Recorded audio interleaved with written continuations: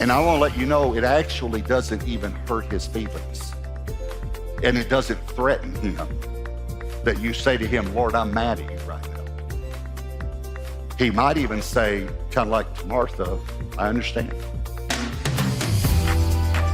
Here's what I want to say to you, that every time something happens in your life, you get to choose whether to respond as just a human or as a human saved by grace.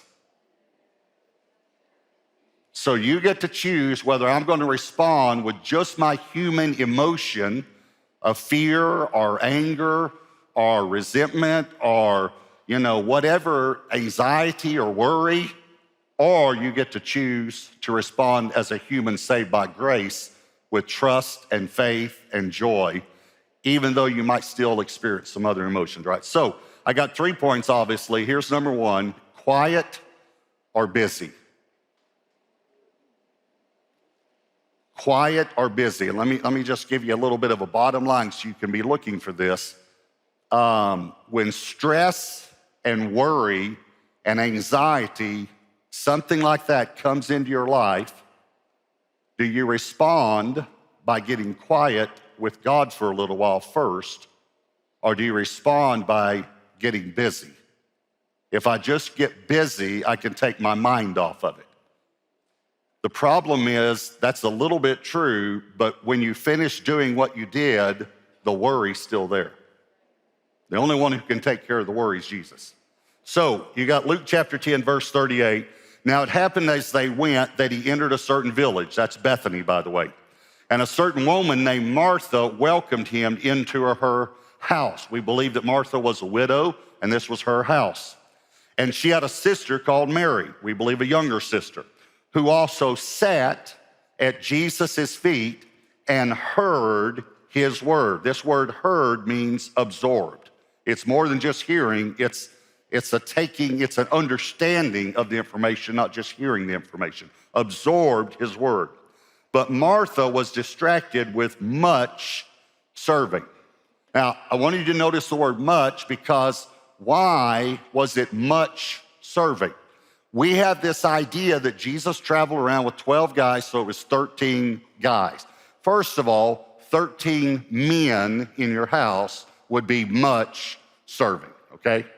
But what we don't realize is theologians believe there were 20 to 30 people that traveled with Jesus all the time, men and women. And we're in Luke 10, let me just back up to Luke 8, verse 1, says, now it came to pass afterward that he went through every city and village,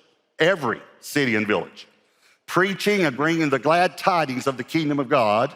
And the 12 were with him, and this is what we missed, certain women who had been healed of evil spirits and infirmities, Mary called Magdalene, out of whom had come 7 demons, Joanna, the wife of Chuza, Herod's steward, and Susanna, watch this, and many others who provided for him from their substance. So again, a lot of people don't realize that women traveled with Jesus. And I just want to just say it to you. Do you really believe that 13 men could have traveled without women? And could have kept their schedule and could have planned ahead okay, all right. So Luke 10, we'll go back Luke 10, verse 40. But Martha was distracted with much serving, that's where we left off, and she approached him and said, Lord, do you not care? Now, we're going to come back to this statement, do you not care, and just talk about, have you ever felt that way? God, do you not care what I'm going through right now? But do you not care that my sister has left me to serve alone? You got to remember, Jesus is teaching. She's setting his feet, but everybody's listening to Jesus. Martha's in the kitchen alone. Because everybody's listening to Jesus, all right? Now watch this. I love this. This is an older child syndrome here. Therefore, tell her to help me. That's a little human, but I agree with it, but tell her to help me. And Jesus answered and said to her, Martha, Martha, you are worried and troubled about many things. The word trouble here means anxious. You are worried and anxious about many things, but one thing is needed. And Mary has chosen that good part, which will not be taken away from her. Okay, first of all, I want to help you understand, I don't agree with the way most perceive this passage. I don't think Jesus was rebuking her for serving. That's not what, and I don't even think he was rebuking her. I don't think he was mean in what he said. I think when you think about it, I think it's very possible that the first thing he did was give her a hug. And then took her hands like this. And the reason is, in biblical language, when you use a person's name twice, it's compassion. You're actually saying, Martha, Martha. It would be like your spouse, your wife, your husband coming and saying, I'm just so worried about this meeting I have tomorrow or this event we have coming up, and you give them a big hug, and then you say, sugar, sugar. Sweetheart, sweetheart. I understand how you feel. It's normal that you would feel this way.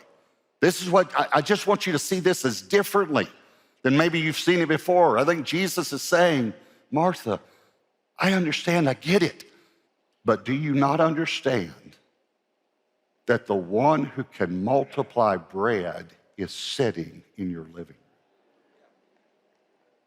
I just need you to get back to, I'm in there teaching and you're worried about lunch. I can take care of lunch.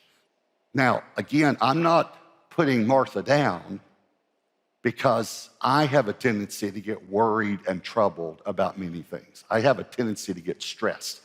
But what I want you to know is that every time stress and tension comes into your life, you have a choice whether to get quiet or get busy. And I'm just simply saying that many of us here try to work through stress instead of just sit at Jesus's feet for just a little while. So when stress comes in, we immediately need to make that choice. All right, here's number 2, temporary or eternal. Every time something happens in your life that could be stressful, and now we're going to talk about the death of her brother Lazarus, do you respond with a temporary mindset or an eternal mindset? Again, human or divine. 2 Corinthians 4:18 says, while we do not look at the things which are seen. In other words, he's saying, don't look at what you can see, but at the things which you can't see. For the things which are seen are temporary, but the things which are not seen are eternal. All right, so let's look at the story of Lazarus, John 11. Now, a certain man was sick, Lazarus of Bethany, in the town of Mary and her sister Martha. Verse 5, now Jesus loved Martha and her sister and Lazarus. So when he heard that he was sick, he stayed 2 more days in the place where he was. I don't understand that verse. Now, I do from an eternal perspective. I do now that I've read the rest of the passage. But you would think when he heard that he was sick, he left immediately and sped. He went as fast as he could. But instead, he stays 2 more days. Are y'all with me? So he stays 2 more days.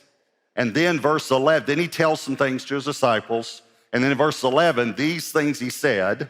And after that, he said to them, our friend Lazarus sleeps. But I go, now that's an eternal perspective, by the way, not a temporary one.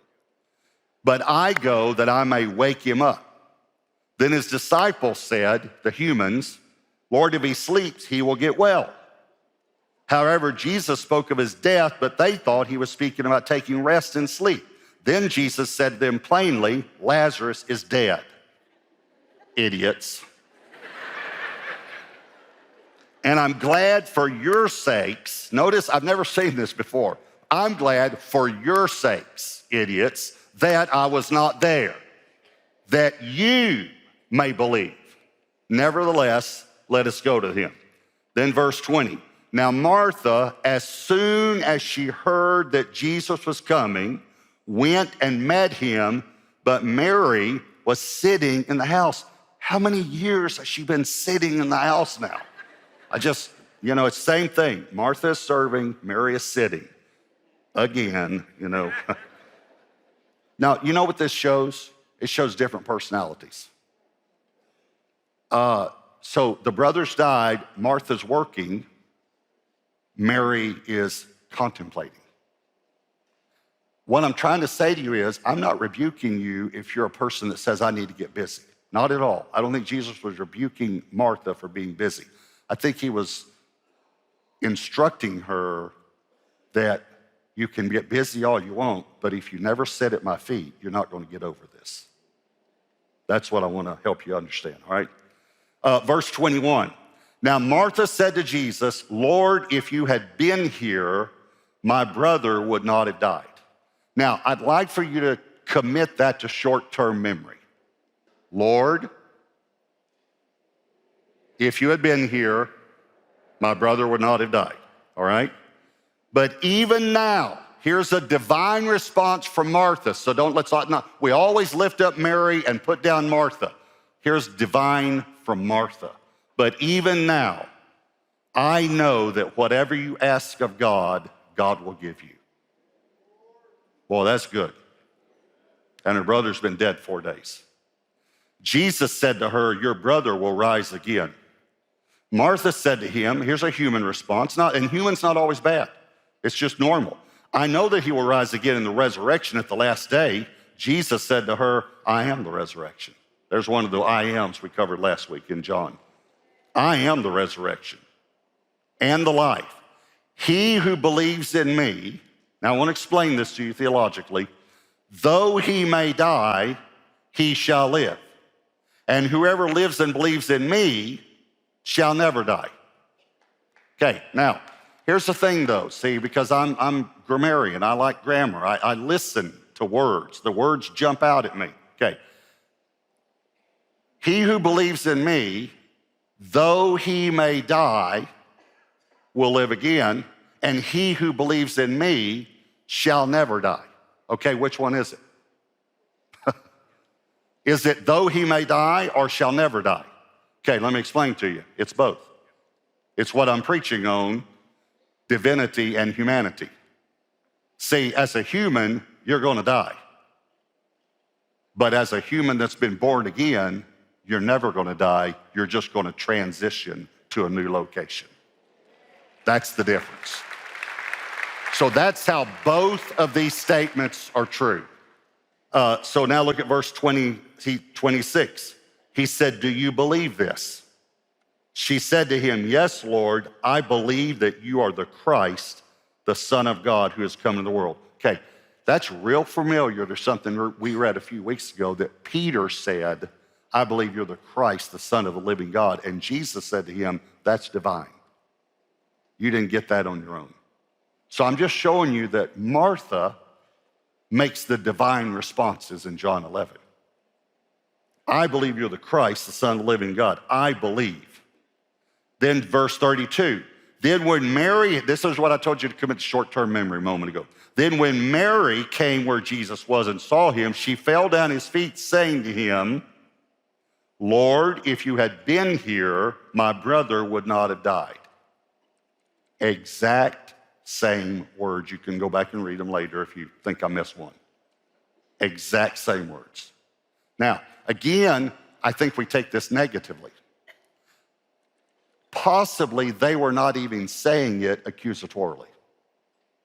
Possibly they were just making a statement. Because see, a centurion, a Roman centurion, a centurion comes from the word cent, which means 100.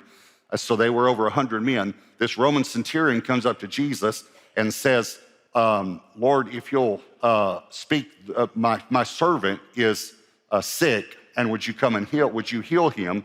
And Jesus said, yeah, I'll come with you. And he said, you don't even need to come, just speak the word and he'll be healed. And it says Jesus spoke, and from that moment he was healed. From that very moment.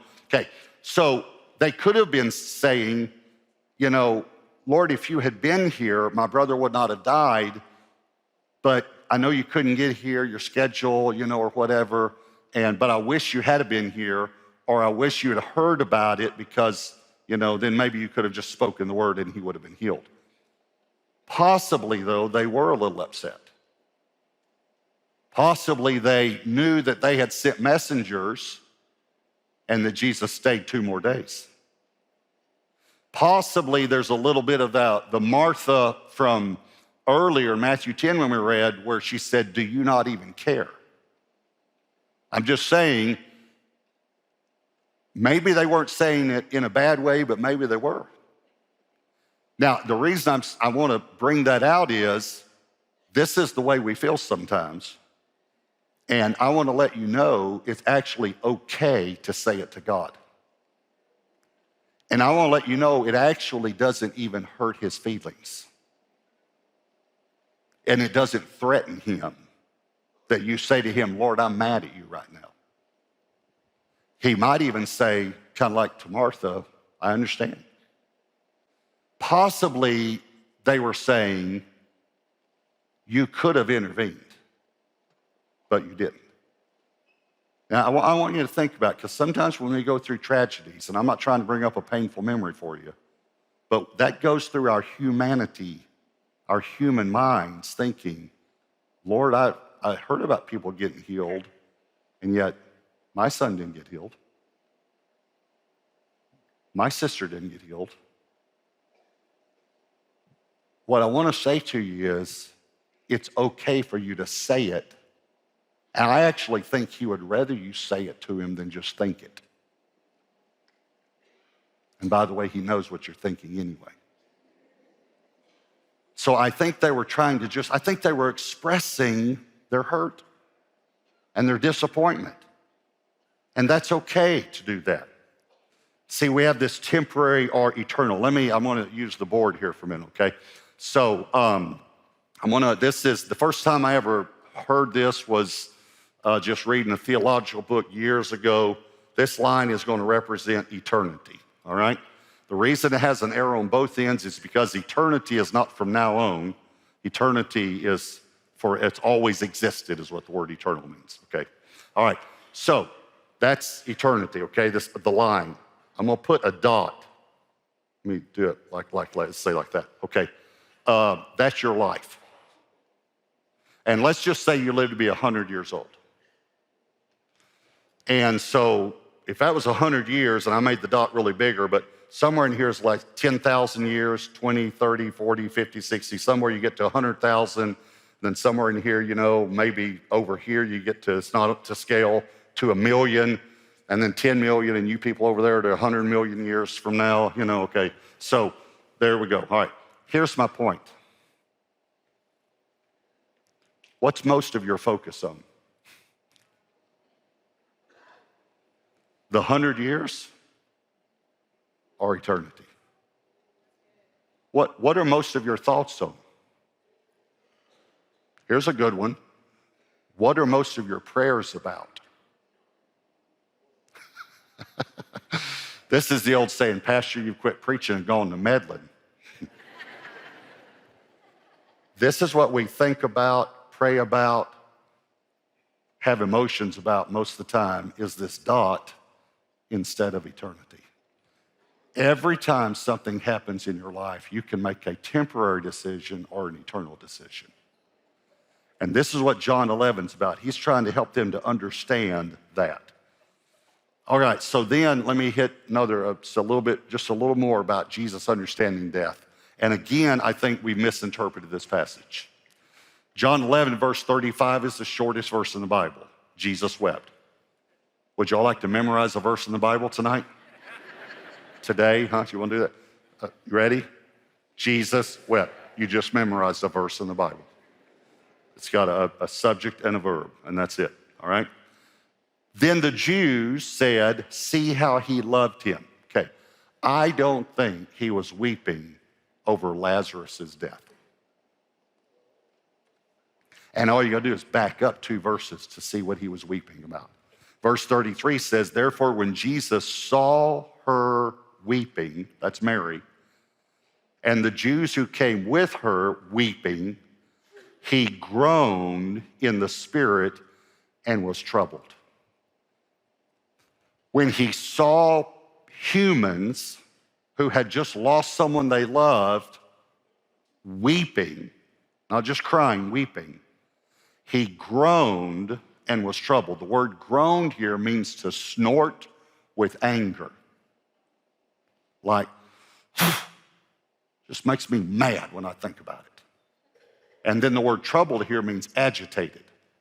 But he wasn't angry and agitated at Mary. He was angry and agitated at death. So on the cross, he destroyed it completely and took care of it so it would never have power over us again. He wasn't weeping over Lazarus dying. He was about to raise him from the dead. Jesus wept, and everyone say, see how much he loved Lazarus. It wasn't Lazarus he was weeping about. It was Mary and Martha. It was the family that had gone through that. So there's so many things I think here's the way 1 Corinthians 15 says it in the Message. Then the saying will come true, death swallowed up by triumphant life. Who got the last word, O death? O death, who is afraid of you now? Because of what Jesus did at the cross. Who's afraid of you now? And then again, I just love to see the humanity in this. Verse 38, then Jesus, again groaning in himself, again snorting with anger, came to the tomb. It was a cave and a stone lay against it. Jesus said, take away the stone. Martha, the sister of him who was dead, here's just a human thing to say, said to him, Lord, by this time there is a stench, for he's been dead 4 days. Now, I like the way the old King James says it. The old King James says, he stinketh.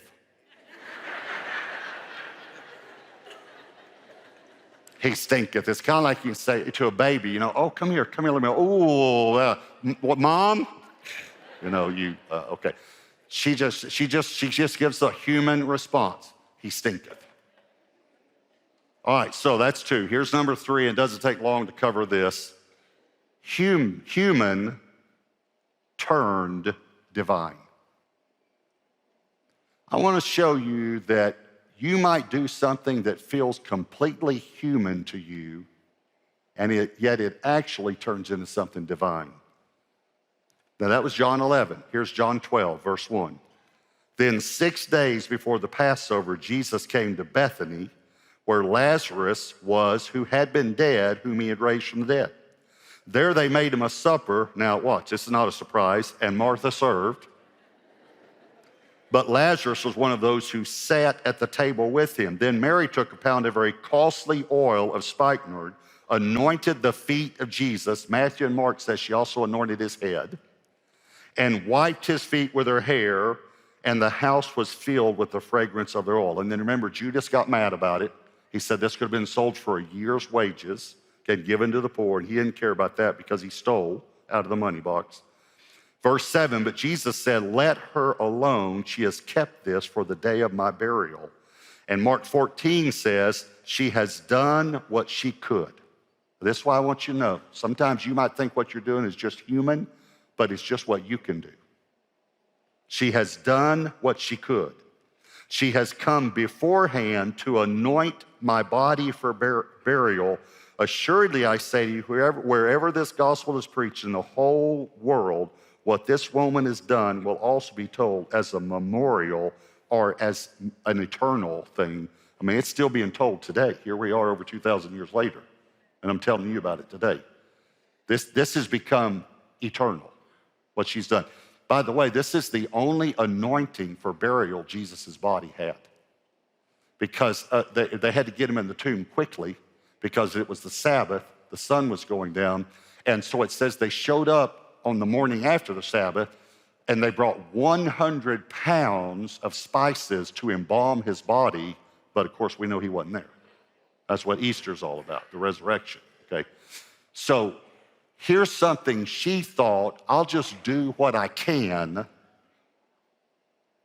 I'll just do, and to her it was just an impression, and yet God turned it into something that was divine.